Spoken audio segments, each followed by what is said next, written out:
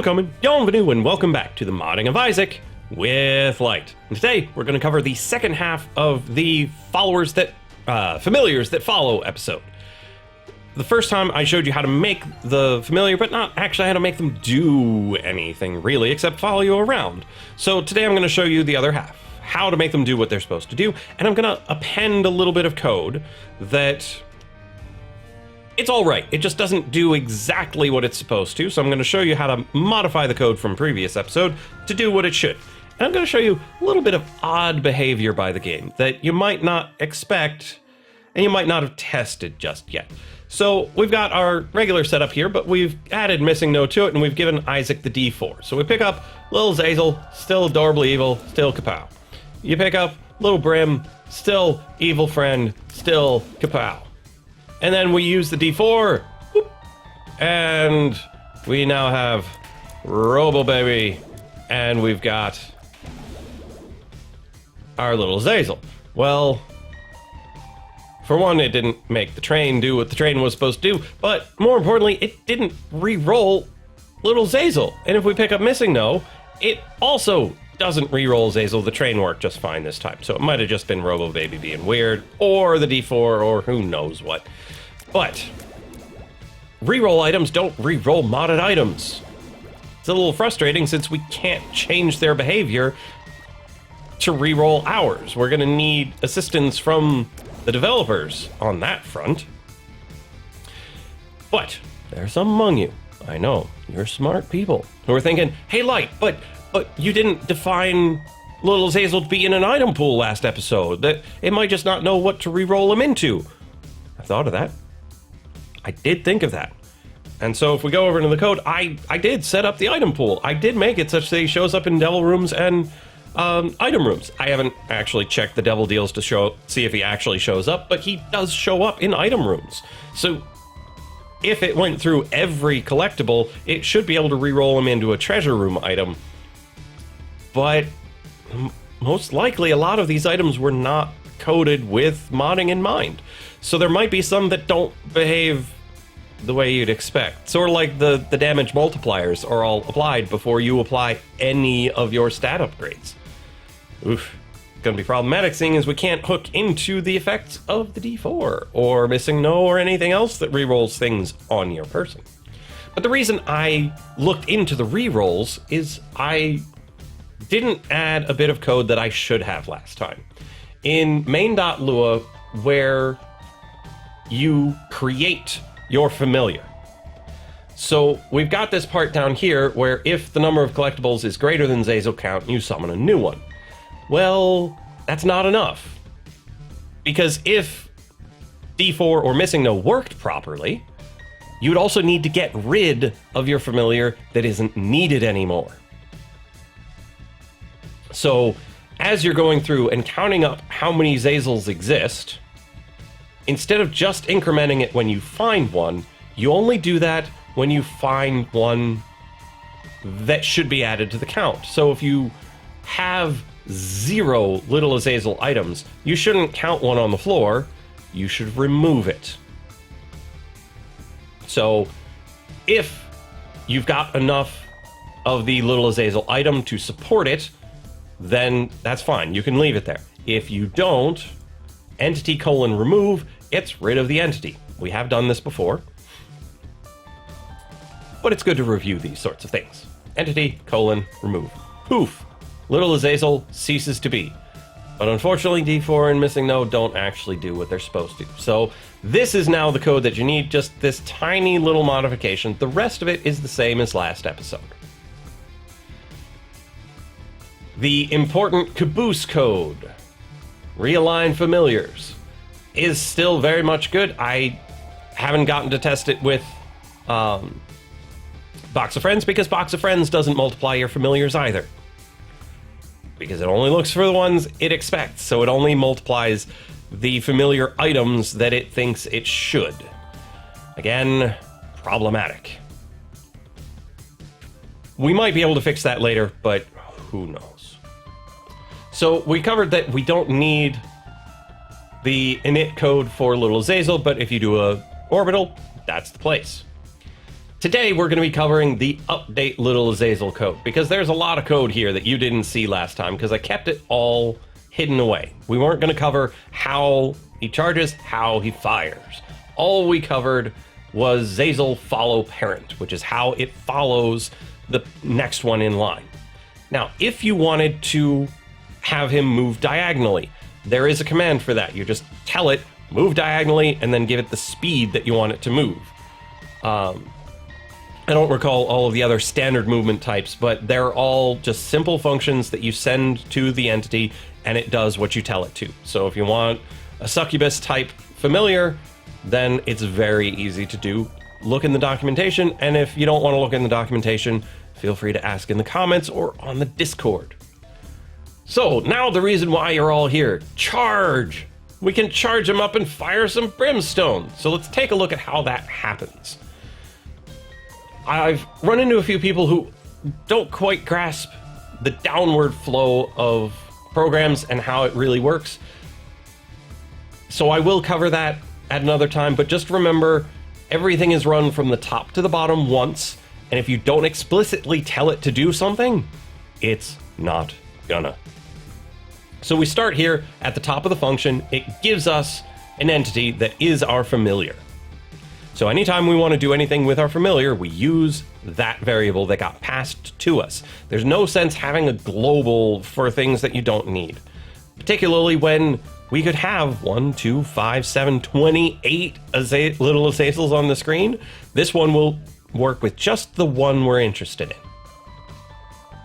Then we grab the player, because the player is not passed to us. This is about the familiar, but we are going to need information about the player, particularly how they're moving and how they're firing. Next up is a very, very, very, very useful thing. Get data. So Zazel : get data gets information from that particular Zazel that you define. It's just an empty table that you can put in whatever you want. And we shove that into a variable called data. And you're like, Lyte, what do we need with an empty table? You can put in all of the history that you need to know about this particular Zazel. Remember the episode on functions and scope where I said tables were passed by reference? That's true here too. So when we get data, it returns the table by reference. So anything you do to data changes in that particular Zazel.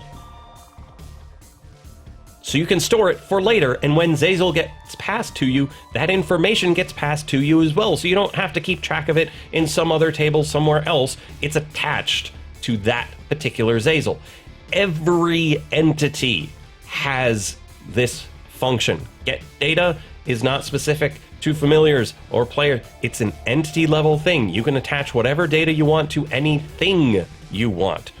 So say you've got a tier that you need to say, oh, I wanted that one to be a tooth shot, or I don't want that one to be a tooth shot. When you're running through entities, you can check whether or not you've looked at it yet to see if the random chance of it being something has passed.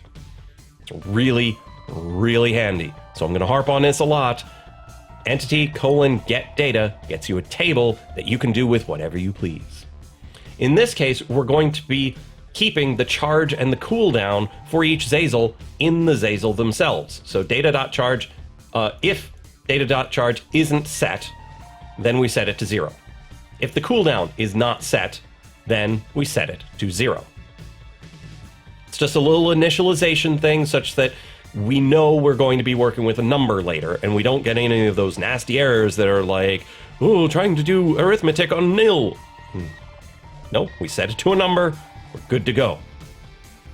Then we get the sprite from Zazel, because we're going to animate him. So this is just setting up a variable as always. We set it equal to Zazel : get sprite. That gets how he looks, how he moves. All of that is in sprite. Then we're going to store the direction the player is firing and the direction the player is moving. These are both from the direction enumeration, which looks kind of like this. Direction up, down, left, right. This right here, this local dir equals this stuff, is making a table of the vectors in those 4 cardinal directions. So direction up is a vector 0, -1.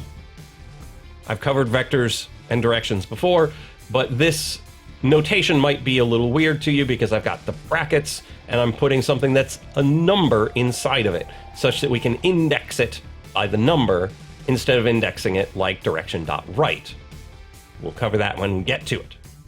So we've got fire direction and move direction. So we just set up some basic initialization here, such that we know who we are, a little bit of data about Zazel, what he looks like, and where we're doing things.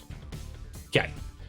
So our next bit is about when you are walking or when we have released the firing. So we're going to hold off on that for just a second. Oh, it goes too far. We're going to skip to the else. Because this is walking or released, we're going to skip to firing. Because firing is way more fun.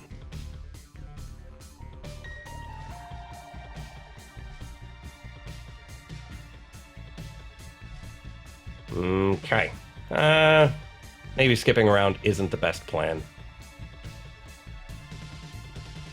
Because the other part is charging. Because this is walking or firing. Charging... Yeah, let's actually do the charging. Should probably have planned this ahead of time. So we'll do the charging. So you've pressed the button to start the charging. If the charge is less than 29, I hard-coded this 29, I probably shouldn't have. So this 29 we probably should have made into a constant so we could tune it all together up here. So let's actually do that now. So local Zazel charge equals, and then we'll say 29. So we set a constant. This is not going to change, and this we use such that we don't have to come back and find all the 29s and change them all and make sure, oh, right, that's why we did it. This is why it's 29, because you're like, Lyte, why 29? Well, that's the number of frames in the animation. There's no sense in charging longer than the animation. So the charge is 29, charge is 29, everywhere a 29. So if our current charge, data.charge, is less than the maximum charge, so we're charging up, then we increment our charge by 1. We increase it by 1. Beautiful. Then we set our flip to false, because we don't want to change the left-right facing of our Zazel just yet. Then we look at the direction the player is firing in. So you may or may not have seen if, else if, else if, else if, end. Oof, because there's lots of ifs and thens and else ifs and thens all stacked together. This is one compound statement. We check this first thing. Is your fire direction up? If it is, then we're going to play a particular animation.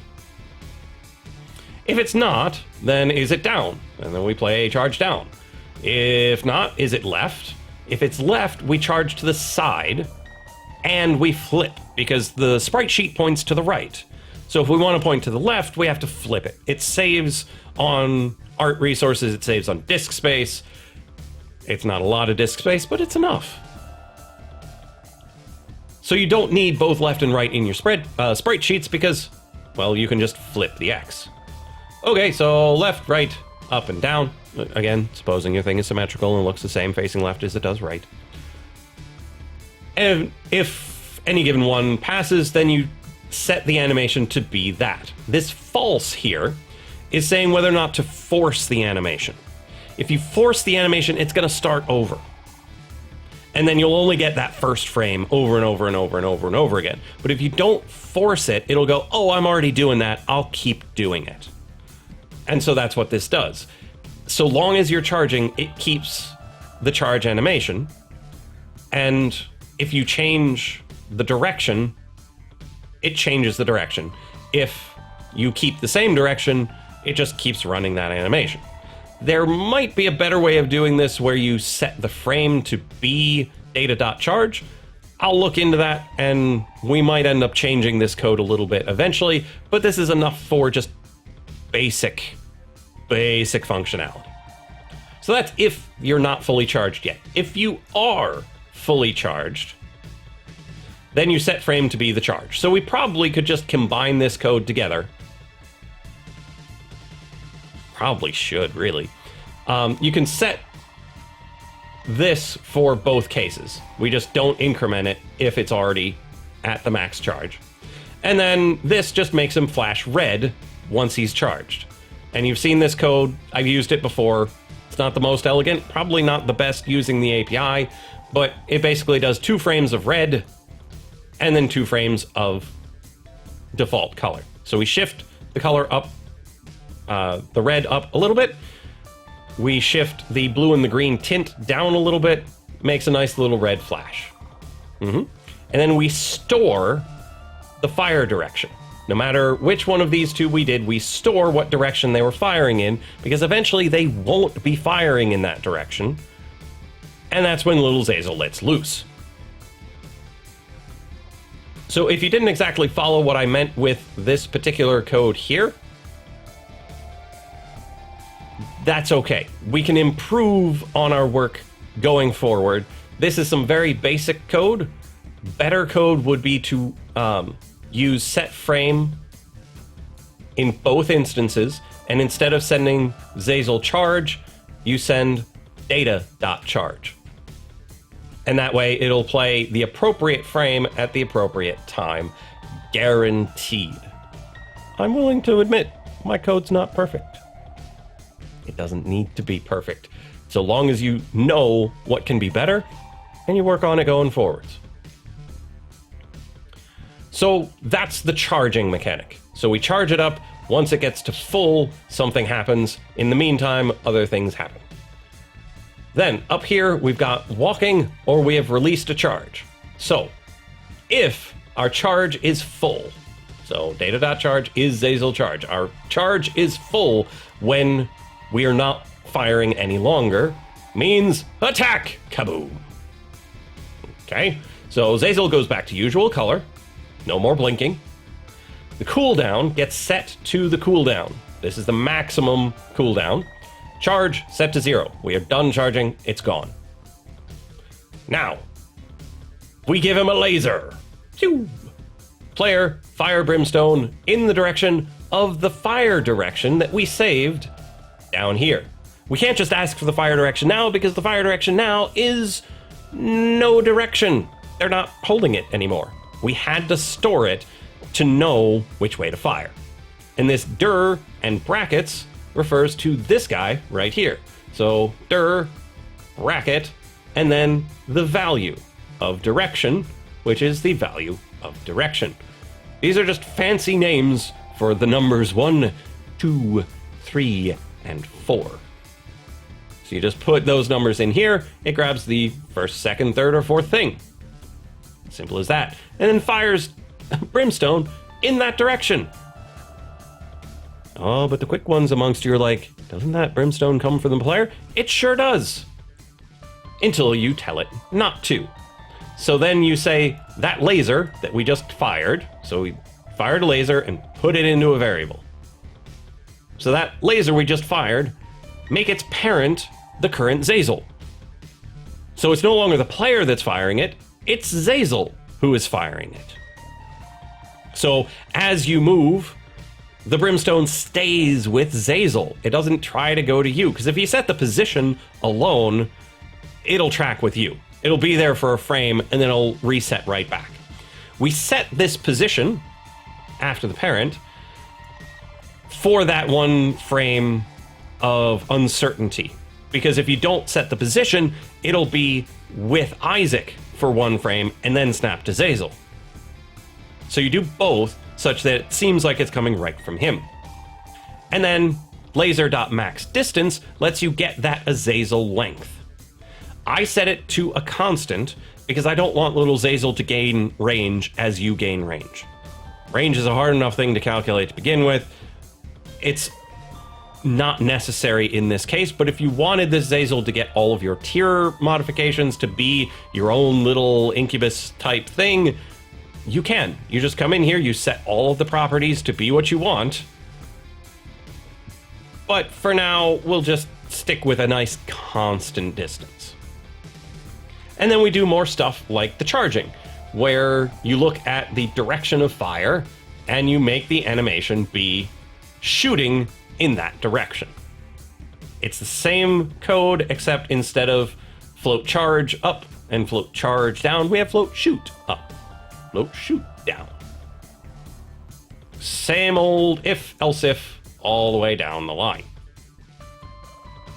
You're going to see a lot of this, so burn it into your mind. Because now we have the else if. So if the charge was full, then do this stuff. If the cooldown is 0. So up here, we were looking if the fire direction was nothing, or the cooldown is greater than 0. So if we're waiting to be able to fire again, because you can't start charging while it's firing, it's ridiculous. So if the cooldown is 0. So we're done cooling down and we're walking. We're walking. Okay, so we're walking. I probably could have just done else here, because those are really the only options, except direction, no direction is not all that great here, but we've got it handled. But whenever you do things, I like to have all of the qualifications for doing it. So here, this should only happen if there's no cooldown. I'm just being overcautious. So once again, we've got the same if, else, if, else, if, else, if stuff, this time for the move direction instead of the fire direction. So we have our move direction. If we're going up, they're floating up. If we're moving down, they're floating down. If we're not going anywhere, they're floating down. So this is if they are not charging and they are not firing, they're walking. And so we set the proper animation, again with the false, because we don't want to be stuck on frame 1. And then outside of all of this, no matter what is going on, we take the cooldown and reduce it by 1 if the cooldown is greater than 0. Because we don't want it to go below 0. 0 is enough. So it starts up at cooldown, which is 40, and then it counts down by 1 every time it gets in here. Because this is run all the time. Pretty much every frame. Don't think it's more than once a frame. Little Zazel gets updated, cools down, cools down, cools down. And so that's a lot of code, but a lot of it is very much the same. Every time we see this, geez, that's 10 lines of code. 10 lines of code, 10 lines of code, 10 lines of code. This is probably a good place to have a function that helps us out with this, where we send it fire direction and then it uses that information to change this. But again, sometimes functions are worth it, sometimes they're not. 10 lines of code for each one of these might have been worth it. So every time you come back to your code, you should be having these thoughts. You should look at it and go, could this be better? Sometimes it is what it is. Sometimes it could be better. And I look at this code and I'm like, yep, I should have made each of these 10 line things, and I should have made it a function such that it's 10 lines and then 4 lines. 14 instead of 40. It's quite a savings. If there's anything else in this code that you're uncertain about, feel free to ask. All of the rest of it should have been covered in the previous episode. This is mostly just showing how the charge mechanic works, how the animation works, and having it, pedagogically speaking, shown to you several times will help burn it into your mind that you're checking the fire direction versus the enumeration, you're playing with false, or you play a specific frame. If you want, you can, in fact, take data.charge and set the frame to that because it is the appropriate frame. It gets more complicated with which float frame you should be in, but most of those are forgiving enough animations that if you start at a weird place, it's not really going to seem all that weird. So that's all I've got for this episode. and I will see you in the next episode of the Modding of Isaac with Lyte.